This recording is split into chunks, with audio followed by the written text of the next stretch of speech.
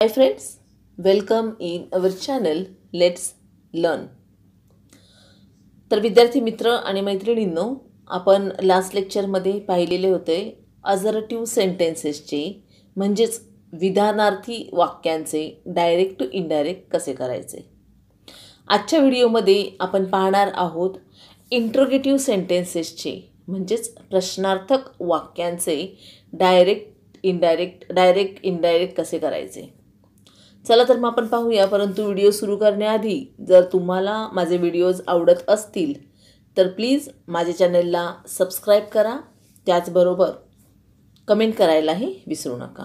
चला तर मग आपण सुरू करूया आजचे आपलं video direct indirect speech interrogative sentences.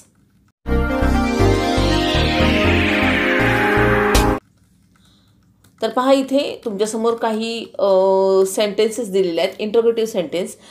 सर्वप्रथम आपण पाहणार आहोत इंट्रोगेटिव्ह सेंटेन्सेस परंतु WH क्वेश्चन्स. इंट्रोगेटिव्ह सेंटेन्सेस जसं तुम्हाला माहितीच आहे की इंट्रोगेटिव्ह सेंटेन्सेस म्हणजेच प्रश्नार्थक वाक्य इंग्लिशमध्ये दोन प्रकारचे आहेत. पहिला प्रकार म्हणजे WH ने आपण काही प्रश्न बनवू शकतो, म्हणजे व्हॉट, व्हाय, व्हेअर यांसारख्या शब्दांचा सुरुवातीला उपयोग करून आपण प्रश्न बनवू शकतो.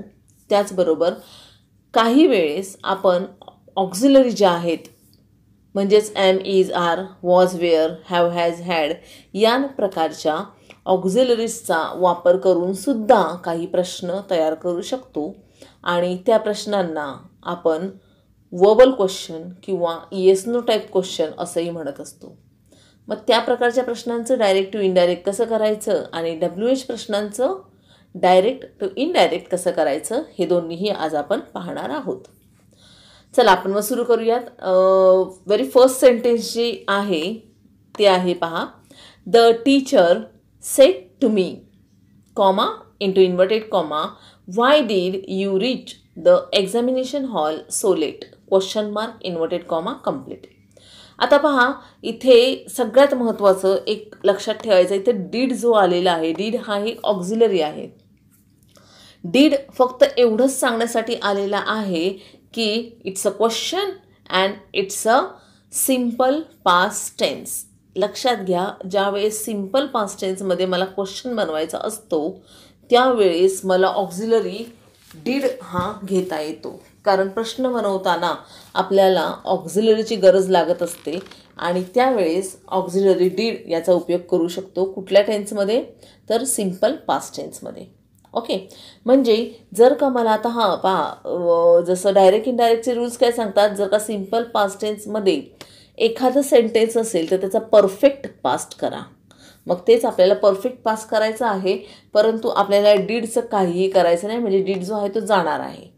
ओके, कारण परफेक्ट पास्ट म्हणजे काय येणार आहे, तुमचा सब्जेक्ट येणार आहे, सब्जेक्ट नंतर हॅड आणि हॅड नंतर V3 क्रियापदाचे धातुसाधित तिसरे रूप येणार आहे. ओके, त्याच्यामुळे डीड हा जाणार आहे. आपण डायरेक्टली आन्सर पाहूया म्हणजे तुम्हाला जास्त लक्षात येईल. पहा, आपल्याला बदल कुठे कुठे करायचा आहे, तर सेट टूच्या जागी बदल करायचा आहे. इथे आपल्याला एक कंजंक्शन घ्यायचं आहे, आपल्याला टेन्सबद्दल विचार करायचा आहे. ओके, आणि टेन्सबरोबर आणखीन काय आहे इथे, तर पर्सनल प्रोनाऊन आहे, त्या पर्सनल प्रोनाऊनबद्दलही विचार करायचा आहे. पाहूया आपण. सेट टूच्या जागी आपण इथे एक क्वेश्चन असल्यामुळे आस्क घेतलेला आहे. द टीचर आस्क मी आहे. तसंच इथे कंजंक्शन म्हणून व्हायचाच वापर केला आहे, कारण मूळ प्रश्न जो आहे किंवा डायरेक्ट स्पीचमध्ये व्हाय हा जो शब्द आहे हा कशासाठी आलेला आहे, म्हणजे इंट्रोगेटिव्ह वर्ड म्हणून आलेला आहे आणि तोच इंट्रोगेटिव्ह वर्ड आपण कंजंक्शन म्हणून इथे घेणार आहोत. ओके, मग इथं कंजंक्शनचं काम झालं आपलं, हाच व्हाय आपल्याला ॲज अ कंजंक्शन मिळाला. त्यानंतर पहा, यू रीच. पहा, इथं डीड यू रीच आहे, तर डीड काढून टाकून आपण यू रीच म्हटलं तर काय झालेलं आहे, वाक्य सरळ झालेलं आहे, साधं वाक्य झालेलं आहे. परंतु हे यू म्हणजे कोण आहे, इथला दुसरा व्यक्ती म्हणजेच मी. ओके, म्हणजे मी म्हणजेच यूचं काय होणार आहे, इथं आय होणार आहे, कारण मी हे ऑब्जेक्टिव्ह केसमध्ये आहे आणि इथे आपल्याला सब्जेक्टिव्ह केसमध्ये घ्यायचं आहे. लक्षात घ्या, म्हणून या मीचं काय झालेलं आहे, आय. ओके, मग इथे झालेलं आहे आय, म्हणजे व्हाय आय. त्याच्यानंतर जसं आपल्याला परफेक्ट पास्ट करायचं आहे म्हणून हॅड घेतलेला आहे. रिचचा पास्ट टेन्स, पास्ट पार्टिसिपल रिचचा पास्ट पार्टिसिपल रिच, त्याच्यानंतर the examination hall so late. पुढचं वाक्य आहे असंच येणार आहे. आपलं काय झालेलं आहे, इनडायरेक्ट स्पीचमध्ये रूपांतर झालेलं आहे. सेकंड जर का आता सेंटेन्स म्हटलं तर पहा, I said to him comma into inverted comma where have you lost the pen I brought for you yesterday question mark inverted comma complete. मग पहा काय आहे, सेट टूच्या जागी इथे आस्क आलेला आहे. आय आस्क हिम जसं आहे तसंच फक्त सेट टूचं आस्क केलं. इथे कंजंक्शन म्हणून डायरेक्ट स्पीचमध्ये व्हेअर आला आहे, तोच व्हेअर घेतला आपण, म्हणजेच काय झालेलं आहे, आय आस्क हिम व्हेअर. आता पहा इथं हॅव यू लॉस्ट असं म्हटल्यामुळे पहा, व्हेअर हॅव यू लॉस्ट असं जर का म्हटलं तर तो क्वेश्चन वाटतो, परंतु व्हेअर यू हॅव लॉस्ट म्हणजेच यूला पहिला क्रमांक द्यायचा आणि नंतर काय करायचं, त्याच्यानंतर काय करायचं आपल्याला, हॅव जर का आपण वापरला तर काय होणार आहे, व्हेअर यू हॅव लॉस्ट असं जर का म्हटलं तर इथे काय होतं, व्हेअरचं काम कंजंक्शनसारखं होतं आणि साधं वाक्यामध्ये या प्रश्नाचं रूपांतर होऊ शकतं. आणि म्हणूनच आपण व्हेअर नंतर यू घेणार आहे. परंतु आपल्याला या यूचं काय करायचं आहे, आपण इनडायरेक्टमध्ये घेणार आहोत, म्हणून यूमध्ये बदल काय करायचा आहे, तर याच्यानुसार म्हणजे लिस्नरनुसार. लिस्नर कोण आहे, हिम म्हणजे तो होता, मग तो म्हणजेच काय झालं इथं ही झालेला आहे, म्हणून इथे आपण काय केलं, ही व्हेअर ही. त्याच्यानंतर पहा हा टेन्स कोणता आहे, हॅव आणि लॉस्ट म्हणजे परफेक्ट प्रेझेंट टेन्स आहे, कारण हॅव आहे आणि त्याबरोबर V3 आहे मेन वर्बचं. मग परफेक्ट प्रेझेंट काय करा, परफेक्ट पास्ट, म्हणून आपण फक्त इथे काय केलं, हॅवचं हॅड केलेलं आहे, कारण परफेक्ट प्रेझेंट आणि परफेक्ट पास्ट या दोघांमध्ये फक्त हॅवचं हॅड करायचं, एवढंच आपल्याला बदल करावा लागतो. बाकीचं V3 तर दोन्हीमध्येही असतंच. मग इथे आलेलं आहे हॅड लॉस्ट, त्याच्यानंतर द पेन, नंतर पुन्हा इथे आय आहे. पहा आयमध्ये बदल होणार आहे, परंतु इथे सेमच का राहिलेलं आहे, कारण पहा इथे फर्स्ट पर्सनल प्रोनाउन असेल तर ते कोणानुसार बदलतं, फर्स्ट पर्सन किंवा स्पीकरनुसार बदलतं असं आपण म्हणू शकतो. स्पीकर आय आहे म्हणजे बोलणारी मीच आहे आणि म्हणून इथे मी काहीही चेंज न करता आय आहे तसाच घेतलेला आहे. मग काय झालं, पेन आय आणि मग आय नंतर पुन्हा ब्रॉट आहे आणि म्हणजेच आपल्याला इथे काय करायचं आहे, इथं सिम्पल पास्ट टेन्स आपल्याला काय करायचं आहे, परफेक्ट पास्ट टेन्स पुन्हा करायचा आहे आणि म्हणून आपण आय हॅड ब्रॉट घेतलेला आहे. ओके, मग ब्रॉट आणि त्याचं V3 सुद्धा ब्रॉट होतो, त्याच्यामुळे काय झालेलं आहे, आय हॅड ब्रॉट फॉर. आता यूचं फक्त काय झालं, हिम, कारण यू म्हणजे कोण झालेलं आहे आपला सेकंड पर्सन लिस्नर, म्हणून हिम केलेला आहे, हिम हिम आणि काय येणार आहे, एस्टरडेचं काय झालेलं आहे, द प्रिव्हियस डे. ओके, मग सेंटेन्स असं झालेलं आहे की I ask him where he had lost the pen I had brought for him the previous day. Okay, अशा प्रकारचं हे त्याचा आन्सर झालेला आहे. आता आपण मूव टू द थर्ड सेंटेन्सकडे आता आपण जाऊया. थर्ड सेंटेन्स काय आपल्याला सांगत आहे पाहूया आपण. तर थर्ड सेंटेन्स आहे पहा, the policeman said to us comma into inverted comma where are you going question mark आणि इन्व्हर्टेड कॉमा कम्प्लीट. मग काय झालेलं आहे, तर सेड टूच्या ऐवजी इथे इन्क्वायर्ड हा शब्द आपण घेऊ शकतो, एन्क्वायर्ड. मग काय झालेलं आहे, the policeman enquired. Okay, the policeman enquired us, इथे अस यायला हवा, अस नाही आपण घेतलेला. Okay, the policeman inquired us असं आहे. ओके, पहा इथं द पोलिसमॅन एन्क्वायर्ड अस असं घेतलेलं आहे आणि इथे फक्त आपण काय बदल केलेला आहे, सेड टूच्या ऐवजी आपण एन्क्वायर्ड असं घेतलेलं आहे. इथे मला एक तुम्हाला प्रश्न विचारायचा आहे की पहा, एन्क्वायर्ड म्हणजे ENQUIRED एन्क्वायर्ड असाही शब्द काही वेळेस आपण वापरतो, त्याचबरोबर INQUIRED इन्क्वायर्ड, पहा इन्क्वायर्ड आणि एन्क्वायर्ड अशा दोघांचाही आपण वापर करत असतो. मग मला तुम्ही उत्तर असं द्यायचं आहे की इन्क्वायर्ड आणि एन्क्वायर्डमध्ये नेमका फरक काय आहे, कोणत्या ठिकाणी एन्क्वायर्ड आणि इन्क्वायर्डचा वापर केला जातो. ओके, तर हा प्रश्न आहे, लक्षात ठेवा. तुम्हाला कमेंट करून मला याचं उत्तर पाठवायचं आहे. आता आपण येऊया, come to the our sentence, आपल्या सेंटेन्सकडे आपण येऊया. ओके, मग काय आहे, the policeman enquired us. Okay, इथे कंजंक्शन म्हणून कोणता शब्द आलेला आहे डायरेक्टमध्ये, व्हेअर हा शब्द आलेला आहे. मग हाच व्हेअर हा शब्द हा काय आलेला इंट्रोगेटिव्ह वर्ड म्हणून आलेला आहे. त्याच इंट्रोगेटिव्ह वर्डचा आपण कंजंक्शन म्हणून वापर करणार आहोत. मग इथे व्हेअर आलेला आहे. ओके, मग व्हेअर आर यू गोईंगचं आपल्याला काय करायचं आहे, where you are going. Okay, where are you गोईंगचं काय करणार आहे आपण, व्हेअर यू आर गोईंग. परंतु इथे यू म्हणजे कोण आहे, अस म्हणजे आपण आहोत. आणि म्हणून काय झालं, व्हेअर वी. इथे अस म्हणजेच काय, अस ऑब्जेक्टिव्ह केसमध्ये आहे, म्हणजे वर्बच्या नंतर येतं ते. इथे मात्र आपल्याला वर्बच्या आधी घ्यायचं आहे, म्हणून आपण या असचं काय केलेलं आहे, वी केलेलं आहे, वी. आणि आरचा पास्ट टेन्स वर आणि गोईंग म्हणजे प्रेझेंट कंटिन्युअसचा पास्ट कंटिन्युअस फक्त आपण केलेला आहे. पुढचा आपण सेंटेन्स पाहूया. What do you want. पहा, into inverted comma, what do you want, question mark, inverted comma, complete. He said to her. Simple question आहे. तर काय आहे, ही सेड टू हर. आता सेड टूच्या जागी मी काय करणार आहे, आस्क घेणार आहे. म्हणजे ही आस्क हर, कंजंक्शन म्हणून याच वॉटचा वापर केला आहे. आणि डू यूचं काय करायचं आहे, यू. पहा, डू जसं मगाशी मी तुम्हाला सांगितलेलं होतं की डीड आलं तर ते जातं, त्याप्रमाणे डू, डज, डीड हे तिन्ही जे आहेत, म्हणजे पहा डू आणि डज जे आहेत ते प्रेझेंट टेन्समध्ये म्हणजे सिम्पल प्रेझेंट टेन्समध्ये प्रश्न बनवायचा असल्यास किंवा नेगेटिव्ह सेंटेन्स बनवायचा असेल तर डू किंवा डजचा आपण वापर करतो. आणि तसाच सिम्पल पास्टमध्ये क्वेश्चन बनवायचा असेल तर किंवा नेगेटिव्ह सेंटेन्सेससाठी डीडचा वापर करतो. मग हा फक्त आपल्याला आला आहे सिम्पल प्रेझेंट टेन्स आहे हे सांगण्यासाठी. आपल्याला काय करायचं आहे, मग सिम्पल प्रेझेंटचा सिम्पल पास्ट करायचा आहे.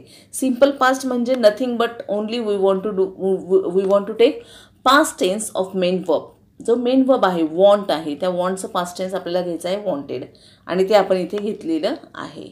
म्हणजेच काय झालेलं आहे, he ask her what she wanted. Do पूर्णपणे गेलेला आहे. डूचं डीड वगैरे काही करायचं नाही. काही वेळेस असं वाटतं की डूचं डीड करायचं आहे. हां, डू हा जर का मेन वर्ब म्हणून आलेला असेल, ओके, तर मात्र काय करायचं आहे, डूचं आपल्याला डीड करू शकतो. आय डू, तर आय डीड होणार त्याचं.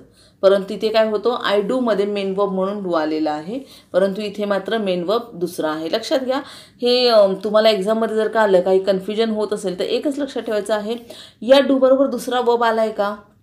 जर का दुसरा वर्ब आलेला असेल तर नक्कीच या डूचं जे काम असणार आहे ते ऑक्झिलरी हेल्प करण्याचं राहणार आहे. परंतु दुसरा वर्ब नसेल आलेला तर हा मात्र कशासाठी आलेला असेल, तर मेन वर्ब म्हणून आलेला असेल. ओके, काही सेंटेन्सेसची प्रॅक्टिस केली की ह्याची प्रॅक्टिसही होते, कठीण नाही आहे हे तितकंसं. ओके, मग आपण आता पुढे जाऊया. आपण फिफ्थ सेंटेन्सकडे येऊया. फिफ्थ सेंटेन्स काय सांगते पहा, which way did she go ask the young boy. Okay, मग काय झालेलं आहे, द यंग बॉय आस्क आहे तसं आपल्याला आस्क ऑलरेडी दिलेलं आहे, काही वेळेस दिलेलं असतं. मग काय झालेलं आहे, द यंग बॉय आस्क, नंतर विच वे आहे तसंच घेणार आहे. आपण लक्षात घ्या, इथे विचचा आपण कंजंक्शन म्हणून उपयोग केलेला आहे, विच वे. आणि त्याच्यानंतर मग काय आहे, इथे डीड शी आहे ना, तर आपण शी वेंट घ्यायचे, डीड पुन्हा जाणार आहे. म्हणजे which way she had gone. आता शी हॅड गॉन का घेतला आपण, कारण की इथे सिम्पल पास्ट टेन्स आहे आणि सिम्पल पास्टचा आपल्याला परफेक्ट पास्ट करायचा आहे. आणि परफेक्ट पास्टसाठी आपण काय करत असतो नेहमी, तर सब्जेक्ट हॅड आणि V3. मग सब्जेक्ट घेतला शी आहे तसा, ओके, कारण तो ऑलरेडीच थर्ड पर्सनल प्रोनाउन आहे म्हणून नो चेंज. त्याच्यानंतर हॅड घेतलं आणि त्याच्यानंतर मेन वर्ब गोचं काय घेतलं, V3 गॉन घेतलेलं आहे. मग अशा प्रकारचे आपले हे इंट्रोगेटिव्ह सेंटेन्सेस झालेले आहेत. इंट्रोगेटिव्ह सेंटेन्सेसमध्ये आणखीन काही सेंटेन्सेस आपण पाहूया, वर्बल क्वेश्चन किंवा येस नो टाईपच्या क्वेश्चन्सचे. हेही भरपूर सोपे आहेत. पाहूया आपण येस नो टाईपचे क्वेश्चन्स. Okay, verbal questions. तर याच्यामधला जो फर्स्ट क्वेश्चन आहे तो काय आहे, are you not afraid, question mark आहे, इन्व्हर्टेड कॉमामध्ये हे पूर्ण वाक्य आलेलं आहे. He said to me. आता सगळ्यात पहिल्यांदा आपल्याला काय करायचं, सेड टूच्या जागी काय करायचं, आस्क घ्यायचं आहे. म्हणजे इथे आपण काय घेतलेलं आहे, ही आस्क मी. ओके, त्याच्यानंतर इथे कंजंक्शन म्हणून जसं मगाशी WHचा वर्ड कंजंक्शन म्हणून येत होता त्याप्रमाणे इथे इफचा किंवा वेदरचा आपण वापर करणार आहोत कंजंक्शन म्हणून. तुम्हाला हवं तर इफ घ्या किंवा वेदर घ्या. हां, ऑब्जेक्टिव्ह प्रश्न जर का आपल्याला आले असतील तर आपल्याला त्याच्यामध्ये जो दिलेला असेल तो निवडायचा आहे, परंतु इफ किंवा वेदर या दोनपैकीच एक येणार आहे. ओके, मग इफ घ्या किंवा वेदर घ्या. त्याच्यानंतर पहा इथे काय म्हटलेलं, आर यू अफ्रेड. पहा, आर यू नॉट अफ्रेड असं म्हटल्यामुळे क्वेश्चन होतो, परंतु मी जर का असं म्हटलं तर यू आर नॉट अफ्रेड, साधं वाक्य झालं ना.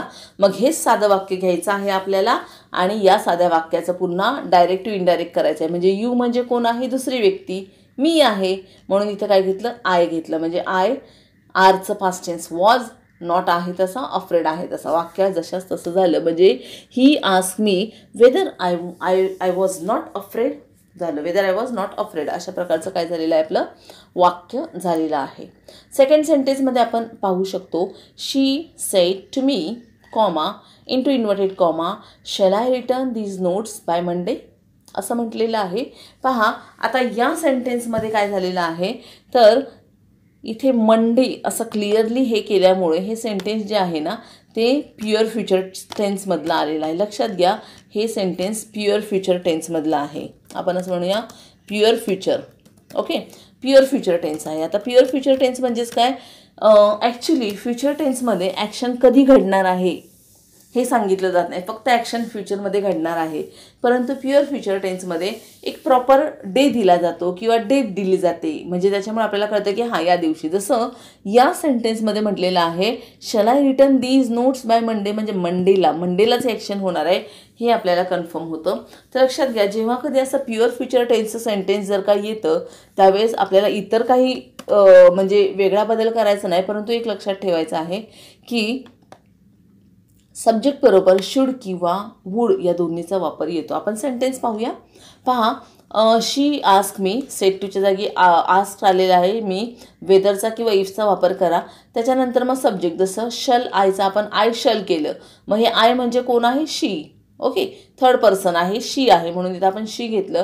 आता ॲक्च्युली आपण काय बघत असतो, शी असेल तर शी बरोबर वूडचा वापर योग्य आहे, कारण की फक्त फर्स्ट पर्सनल प्रोनाउन बरोबर शुड किंवा शलचा वापर होतो आणि इतर सेकंड किंवा थर्ड पर्सनल प्रोनाउन बरोबर वूडचा वापर होतो. परंतु जर का हे प्युअर फ्युचर टेन्स असेल तर मात्र आपण काय करत असतो, इथं शुड किंवा वूड दोन्हीही करेक्ट आहेत हे लक्षात घ्या. शुडचं सेंटेन्स आलं करेक्ट, वूड घालून आलं सेंटेन्समध्ये तरी देखील सेंटेन्स इज करेक्ट, हे लक्षात ठेवा प्युअर फ्युचर टेन्ससाठी. ओके, मग इफ शी शुड किंवा वूड रिटर्न दीजचं आपण काय केलं, दोज नोट्स बाय मंडे. बाकीचं आहे तसंच आहे, सेम राहणार आहे. रिटर्नचं सुद्धा पास्ट टेन्स करायचा नाही, कारण की इथे आपण शलचा शुड किंवा वूड केलेला आहे. ओके, थर्ड सेंटेन्स आपण पाहूया. She said to me comma into inverted comma do you hear my voice question mark inverted comma complete. मग आता या सेंटेन्समध्ये काय झालेलं आहे, डू यू हिअरचा आपण डू काढून टाकला तर यू हिअर माय व्हॉइस असं होतं आहे. ओके, तर आपण तसंच करायचं आहे. सेट टूच्या जागी आस्क येणार आहे. शी आस्क मी वेदर किंवा इफही घेऊ शकता, वेदर. आता इथं यू म्हणजे कोण आहे? मीच आहे, म्हणून इथं आय. आणि हिअरचा पास्ट टेन्स आपण पहा, हा सिम्पल प्रेझेंट टेन्स आहे, सिम्पल प्रेझेंट टेन्स आहे, डू आहे म्हणजे त्याचा आपल्याला सिम्पल पास्ट टेन्स म्हणजे हिअरचं काय करायचं, heard. Okay, I heard. My म्हणजे कोण आहे? फर्स्ट पर्सनल प्रोनाउन म्हणजे शी आहे, म्हणून काय केलं, हर व्हॉइस. ओके, म्हणजे काय झालं, she ask me whether I heard her voice. आपलं सेंटेन्स कंप्लीट. फोर्थ वन पाहूया आपण. She said to her friend. पहा, she said to her friend comma into inverted comma can you lend me the car question mark inverted comma complete. याच्यामध्ये पहा, शी ask her friend इथपर्यंत काहीच फरक नाही, फक्त सेट टूचा आपण आस्क केलेला आहे. त्याच्यानंतर इफ घ्या किंवा वेदरही घेऊ शकता, ही ऑर शी, कारण की पहा इथे कॅन यू, यू म्हणजे कोण आहे? तिचा मित्र किंवा मैत्रीण कोणीही असू शकते. ओके, त्याच्यामुळे मी इथे काय घेतलं आहे, ही किंवा शी दोन्हीपैकी कोणतंही घेऊ शकता. ही ऑर शी. कॅनचं काय केलं आपण, कुड. लेंड आहे तसंच, कारण इथे कुड आलेलं आहे, मॉडल ऑक्झिलरी नंतर नेहमी रूट फॉर्म येतं, त्याच्यामुळे रूट फॉर्म लेंड. आता मी म्हणजे कोण आहे? मी म्हणजे फर्स्ट पर्सन स्पीकर शी आहे, म्हणून इथे काय झालं, हर झालं, हर आणि the car. She ask her friend if she or he could lend her car. Okay, lend her the car. अशा प्रकारचं सेंटेन्स झालेलं आहे. नेक्स्ट आपण पुढे पाहूया फिफ्थ वन. फिफ्थ सेंटेन्स जे आहे त्याच्यामध्ये आपण पाहूया काय आहे ते.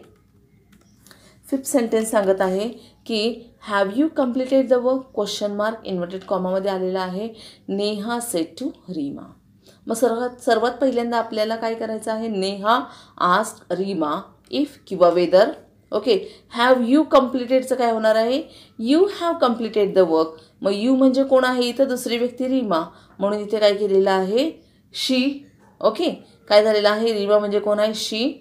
आता हॅव म्हणजे प्रेझेंट परफेक्ट टेन्स आहे, पास्ट परफेक्टसाठी फक्त हॅड करायचं आहे, म्हणजे वेदर किंवा if she had completed the work. Okay, मग अशा प्रकारे हे सेंटेन्ससुद्धा आपलं कंप्लीट झालेलं आहे. ओके, म्हणजे आज आपण काय पाहिलेलं आहे, इंट्रोगेटिव्ह सेंटेन्सेस पाहिलेले आहेत, WHचे आणि वर्बल क्वेश्चन्स पाहिलेले आहेत. ओके, आणि नेक्स्ट लेक्चरमध्ये आपण पाहणार आहोत इम्पेरेटिव्ह सेंटेन्सेस आणि एक्सक्लेमेटरी सेंटेन्सेसचे डायरेक्ट टू इनडायरेक्ट कसे करायचे. तर आज आपण इथेच थांबूया, पुन्हा भेटूया आपण लवकरच पुढच्या लेक्चरमध्ये. आपण पाहूयात नेक्स्ट. ओके, पुढचे जे आहेत डायरेक्ट इनडायरेक्ट स्पीचचं आपण पाहूयात. आणि तोपर्यंत स्टडी वेल, स्टे वेल, बाय.